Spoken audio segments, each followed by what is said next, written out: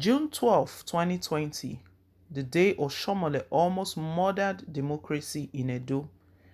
June 12 is Nigerians' Democracy Day. As one of the most memorable days in Nigerians' political history, the day was set aside by the federal government to celebrate Nigerians' return to the democratic rule, even though the official handover date by the military to a civilian democratic government was on May 29, 1999. President Muhammadu Buhari decided to move the day to June 12 in order to highlight the importance of the presidential election held on June 12, 1993, which formed the basis for Nigeria's democratic governance today. Though the election, which was won by Bashiru MKO Abiola, then candidate of the Social Democratic Party SDP, was described as the freest and fairest in Nigeria's history, it was to be annulled by the military junta, and that singular action plunged Nigeria into chaos. According to an analyst, the essence of June 12, therefore, is to remind Nigerians of the pitfalls of the past, the mistakes of the present, and the need to uphold the tenets of democracy. However, it appeared the lessons of June 12 was lost on Comrade Adams Oshiomohle, former national chairman of the ruling All Progressive Congress APC. Last year, while Nigerians were celebrating Democracy Day on June 12, 2020, Oshiomohle, riding roughshod in his capacity as APC's number one officer, masterminded the disqualification of a sitting governor in Edo, Godwin Obaseki, from participating in the APC's governorship primaries. That action led to Oshiomohle's political downfall, which he's yet to recover from till today. Owing to the disagreement between him and his erstwhile associate, Godwin Obaseki, Oshiomohle, a former two-time governor of Edo State, was determined that Obaseki, whom he handed over to in 2016, would not be re-elected as governor of the state. To carry out his plans, he persuaded Pastor Osaige Ize-Iyamu, who was the governorship candidate of the People's Democratic Party (PDP) in Edo State during the 2016 governorship election, to decamp to the APC. His belief was that Ize-Iyamu, a grassroots mobilizer, would use his popularity coupled with the fact that APC was the ruling party in Edo to win the election.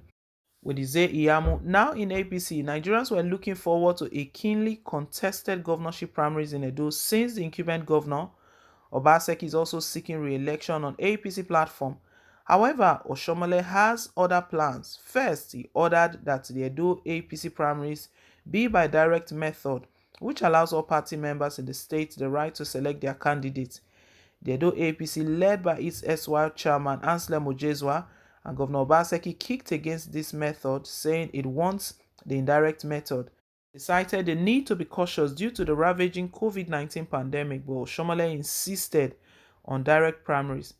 He, however, approved indirect primaries for the Ondo governorship election, which comes up 3 weeks after the Edo governorship election. The then national chairman said, "We have since published our timetable because under the law we are required to give INEC at least 21 days notice to monitor our primaries and to state the mode of our primaries, and of course NEC has approved direct primaries for Edo. That of Ondo has not been discussed because that will come much later, because Edo will come about 3 weeks before Ondo." Determined to stop Obaseki at all costs, Oshiomohle, who was running a one-man show in the then APC National Working Committee, set up a 7-member screening committee headed by Professor Ayuba Jonathan to screen the aspirants seeking to contest under the party's platform. Shortly after appearing before the panel for his screening, Obaseki, while addressing journalists, expressed fears that he may not get justice since Oshiomohle was the judge in the case. He said, "The last time I came here, I asked that Oshiomohle rescue himself from the process in the interest of peace and justice, but as a party man, I have to go through the screening like everybody else. Since he's the judge and the jury in this matter, I will just wait for the outcome of the screening. I've given them all the information they need. The controversial certificate from the University of Ibadan has been tendered. Like I said, as a party man, I had to go through the screening process, but I do not believe that I will get justice because Comrade Adams Oshiomohle is an interested party in the Edo process."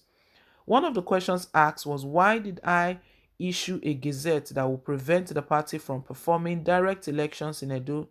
Did I not see it as an anti-party activity? I just felt if we put politics above the lines of the people of Edo State, we may be missing the point. At the end of the exercise, the panel disqualified Governor Obaseki from contesting in the party's primaries. Also disqualified were Matthew Ahi Bunize Idionrekenwe and Chris Ogiwonyi. Those declared to participate in the primaries held on June 22 were Usaro Obaze, Pastor Osaige Iyamu, and Dr. Pius Odubu. Announcing the outcome of his screening on June 12, the panel said the decision by both Obaseki and Idionrekenwe to drag the APC and the national chairman of the party, Comrade Adams Oshiomohle, to court in defiance to the provision of the APC constitution as the basis for the decision. The panel particularly picked holes with the National Youth Service Certificate and the testimonial of the Institute of Continuing Education Benin City submitted by Governor Obaseki.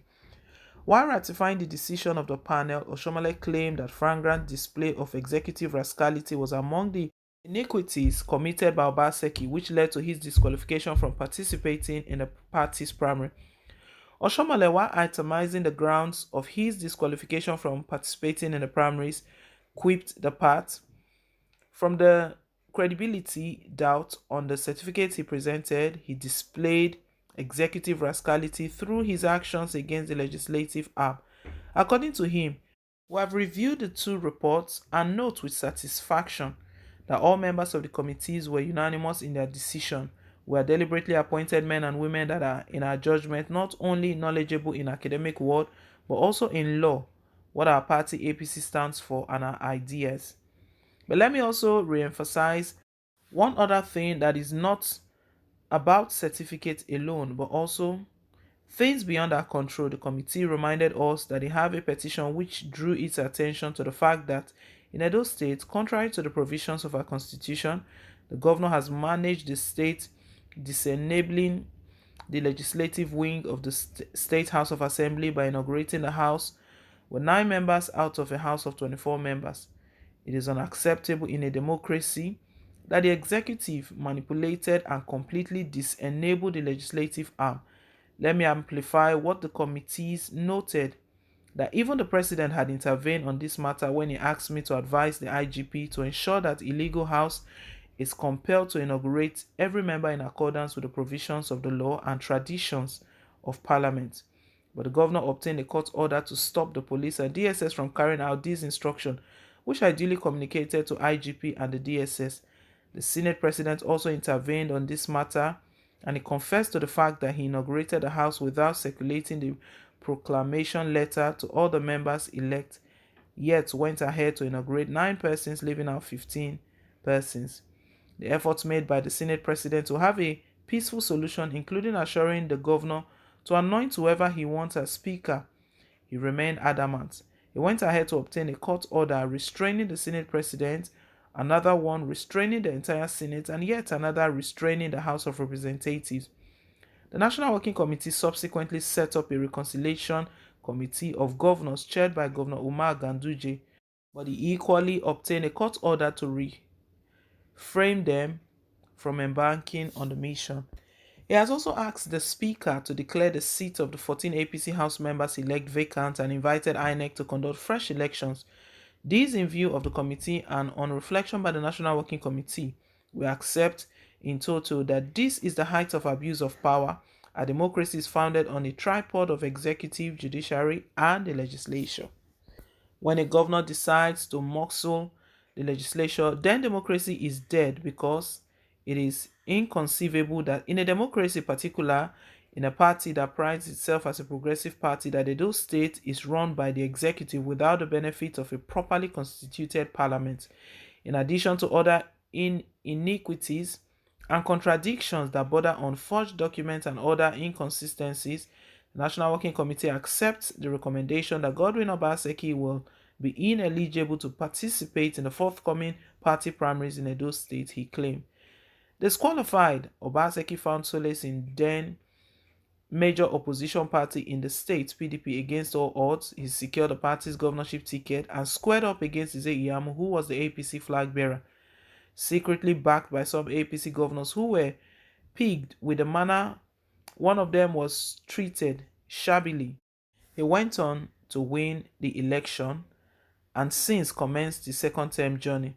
Shortly after securing victory in the Supreme Court, Oshiomohle, who was removed as APC national chairman even before the governorship election, congratulated Obaseki and urged him to be magnanimous in victory. He said, "Congratulations on your victory at the Supreme Court, which has effectively laid to rest all matters arising from the last election. As I had repeatedly reminded you during our several meetings, our relationship has through the years developed beyond being friends to being brothers of different parents. Whatever happened is unfortunate, and I believe God has a reason for everything. I've put all behind me and moved on. As I've consistently advised, please be magnanimous in victory. You are the governor of all Edo people, regardless of party leanings."